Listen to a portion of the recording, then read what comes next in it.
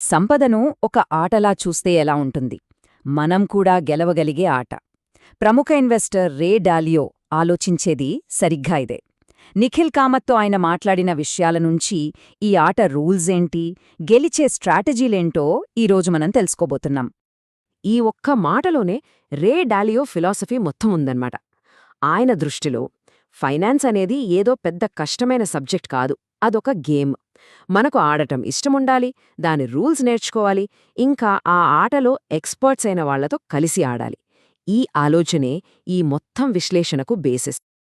అసలు డాలియో ఈ ఆటలో ఎంత సీనియరో చూస్తే ఆయన జర్నీ 12ఏళ్ల వయసులోనే మొదలైంది. అప్పుడు క్యాడీగా పనిచేసి సంపాదించిన డబ్బుతో తన మొదటి స్టాక్ కొన్నారు. అది 3 రెట్లు పెరగడంతో మార్కెట్ అనే ఈ గేమ్ ఆయన్ని పూర్తిగా అట్రాక్ట్ చేసింది. కానీ అసలు టర్నింగ్ పాయింట్ 1971లో వచ్చింది. అమెరికా ప్రెసిడెంట్ నిక్సన్ గోల్డ్ స్టాండర్డ్ను రద్దు చేసినప్పుడు డబ్బు అసలు స్వరూపమేంటి అనేది ఆయనకు మొదటిసారి అర్థమైంది. సరే, మన మొదటి విభాగానికి వద్దాం. సంపద అనే ఆటను ఆడటం. ఈ ఆటను సరిగ్గా ఆడితే డబ్బు దానికదే వస్తుంది. అది ఎలాగో ఇప్పుడు చూద్దాం. ఇక్కడే అసలు చిక్కంతా ఉంది. మార్కెట్కు ఫీలింగ్స్ ఉండవు, కాని మనకుంటాయి. భయం, అత్యాశ, ఇలాంటి ఎమోషన్స్ మన నిర్ణయాలను పక్కదారి పట్టిస్తాయి. దీనికి డాలియో ఒక సింపుల్ సొల్యూషన్ కనిపెట్టారు. ఆయన తీసుకునే ప్రతి నిర్ణయాన్ని కొన్ని రూల్స్గా రాసుకోవడం మొదలుపెట్టారు. దీనివల్లేమైందంటే ఆయన ఎమోషన్స్ ఆట బయటే ఉండిపోయాయి. కేవలం ఒక సిస్టమ్ మాత్రమే పనిచేయడం మొదలుపెట్టింది. ఇక రెండవ విభాగం డబ్బు, సంపద ఇంకా బబుల్స్. ఏ ఆటైనా ఆడ్డానికి ముందు దాని రూల్స్ కరెక్ట్గా తెలియాలి కదా. సో డబ్బుకి, సంపదకి తేడా ఏంటో ముందు చూద్దాం. డబ్బు అంటే ఏంటి? సింపుల్గా వస్తువులు కొనడానికి వాడతాం. కానీ డాలియో ప్రకారం దాని రెండో ఫంక్షన్ చాలా ముఖ్యం. అది సంపదను నిల్వ చెయ్యాలి. అంటే దాని విలువ కాలంతో పాటు పడిపోకూడదు. కాని అన్ని రకాల డబ్బులు ఈ పనిని సరిగ్గా చేయలేవు. ఇక్కడే చాలామంది కన్ఫ్యూజ్ అవుతారు.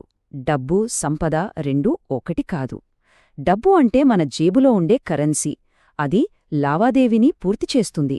కాని సంపద అంటే స్టాక్స్, రియల్ ఎస్టేట్ లాంటి ఆస్తులు. వాటిని అమ్మేంతవరకు అవి డబ్బు కాదు. ఎప్పుడైతే అందరూ తమ సంపదను ఒకేసారి డబ్బుగా మార్చుకోవాలనుకుంటారో అప్పుడే ఆర్థిక బుడగలు అంటే బబుల్స్ ఏర్పడతాయి.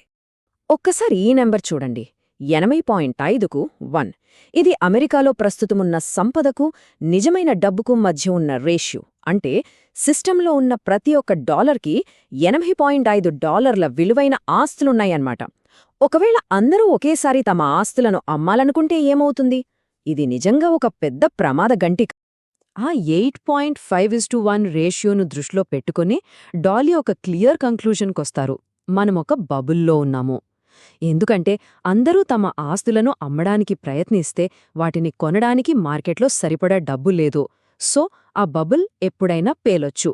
మూడో విభాగం ప్రపంచంలోని 5 పెద్ద శక్తులు. ఇంతకీ మార్కెట్ అనే ఈ గేమ్ను ఏ శక్తులు కంట్రోల్ చేస్తున్నాయి? డాలియో ప్రకారం చరిత్ర మొత్తాన్ని నడిపే 5 మేజర్ ఫోర్సెస్ ఉన్నాయి. ఈ 5 శక్తులను చూద్దాం. 1.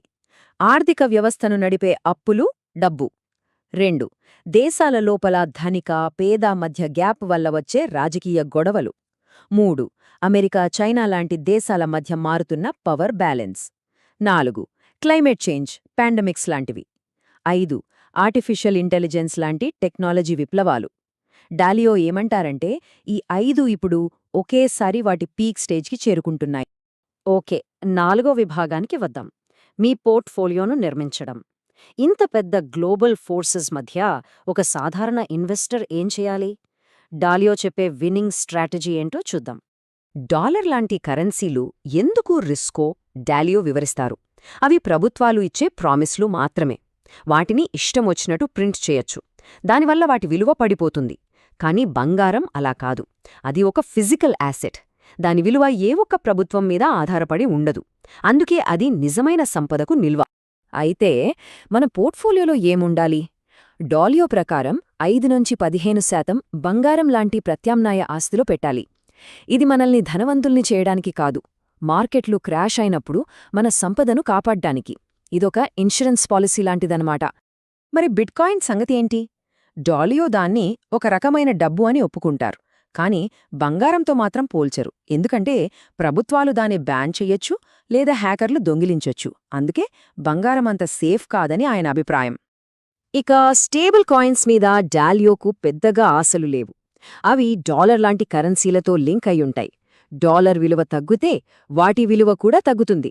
కాబట్టి అవి సంపలను నిలువ చేయలేవు, కేవలం ఫాస్ట్ ట్రాన్సాక్షన్స్ కోసం ఉపయోగపడే ఒక టూల్ మాత్రమే. ఇక చివరి విభాగం ఇన్వెస్టర్ మైండ్ సెట్. స్ట్రాటజీల కన్నా ముఖ్యమైంది మన ఆలోచనా విధానం. గెలిచే ఆటగాడికి ఎలాంటి క్వాలిటీస్ ఉండాలో చూద్దాం. మార్కెట్లో గెలవాలంటే డాలియో ఈ 4 సూత్రాలు ఫాలో అవుతారు. మొదటిది, ఈ గేమ్ని ప్రేమించాలి. రెండోది, దాని రూల్స్, మెకానిక్స్ గురించి లోతుగా తెలుసుకోవాలి. మూడోది, మార్కెట్ను ఏవి నడిపిస్తున్నాయో ఆ కారణ, ప్రభావ సంబంధాలను కనిపెట్టాలి. ఇక ఫైనల్గా, అన్నిటికన్నా ముఖ్యమైనది, రిస్క్ తగ్గించుకోవడానికి డైవర్సిఫై చెయ్యాలి. డాలియో సక్సెస్ వెనుక ఉన్న అసలైన సీక్రెట్ బహుశా ఇదేనేమో. ఆయనే స్వయంగా చెప్తారు, మెడిటేషనే తన విజయానికి అతిపెద్ద కారణమని. అది ఆయనకు ప్రశాంతతను, క్రియేటివిటీని, ఇంకా ఎమోషన్స్ మీద కంట్రోల్ను ఇచ్చింది. మార్కెట్ అనే తుఫానులో నిలబడటానికి ఇదొక యాంకర్ లాంటిది. డాలియో కర్మ అనేదాన్ని మతపరంగా కాకుండా ఒక ప్రాక్టికల్ ప్రిన్సిపల్గా చూస్తారు. What goes around comes around. మనం ఇతరులకు సహాయం చేస్తే, మంచి ఐడియాలు పంచుకుంటే అది తిరిగి మన దగ్గరకే వస్తుంది. ఇది మన చుట్టూ ఒక సక్సెస్ఫుల్ ఎకోసిస్టమ్ను నిర్మిస్తుంది. చివరిగా, అన్నిటికన్నా ముఖ్యమైన ప్రశ్నను డాలియో మన ముందు ఉంచుతారు. మీ స్వభావమేమిటి? మీ మార్గమేమిటి? ఇన్వెస్టింగ్లో సక్సెస్ అవ్వాలంటే ముందు మన గురించి మనం అర్థం చేసుకోవాలి. మన బలాలు, బలహీనతలేంటో తెలుసుకోవాలి. ఇతరులను కాపీ కొట్టడం కాదు, మనకు సరిపోయే మన సొంత దారిని నిర్మించుకోవడమే అసలైన గెలుపు. ఈ విశ్లేషణను వీక్షించినందుకు ధన్యవాదాలు.